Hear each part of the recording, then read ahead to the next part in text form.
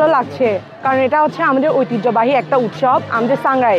এটা নতুন বছরকে আমরা বরণ করছি, পুরান বছরকে আমরা বিদায় দিচ্ছি সুন্দরভাবে।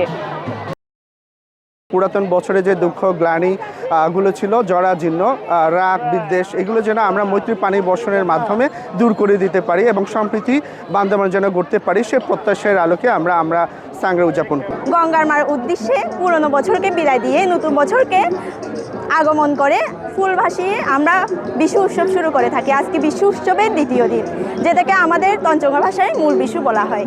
এই মূল বিশুতে আমরা 14টা সম্প্রদায় মিলে শোভাযাত্রার মাধ্যমে বরণ করে নিচ্ছি কালকে আমাদের মূল বছর। সবাইকে নমস্কার। আজকে সাংগ্রাই উৎসবের উপলক্ষে আমরা সকলে এখানে সকল ক্ষুদ্র নৃগোষ্ঠী অংশগ্রহণ করেছি।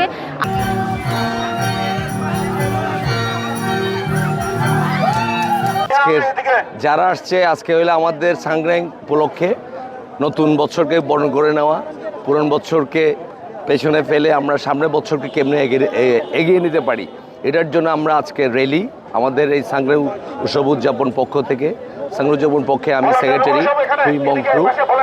তো সেই হিসাবে আজকের সেই 2 দিনেই 11-12 তারিখের আমাদের ঐতিহ্যবাহী খেলা হয়ে গেল।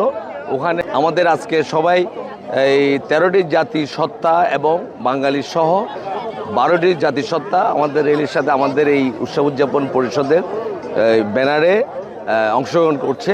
বহু বছর পরেই আনুষ্ঠানিকভাবে পালন করতে যাচ্ছে এবং সবচেয়ে বেশি বৈচিত্র্য হচ্ছে এখানে বান্দরবান হচ্ছে মিনি চিরং হেলথের বলা যেতে পারে, সকল জাতির সত্তা এখানে আছে। সুতরাং সবার সম্মিলিত প্রচেষ্টা করে ফর দ্য ফার্স্ট টাইম আমরা এই যে র্যালিটা করছি, শুধু র্যালিটা না, আজকে 13 তারিখ পাশাপাশি 15-16 আমাদের প্রোগ্রাম আছে এবং যেটা সারা হিল ট্রেক্সে পালন হয় বার্মা কমিউনিটি সাংগ্রাই, যেটা অত্যন্ত বৈচিত্র্য।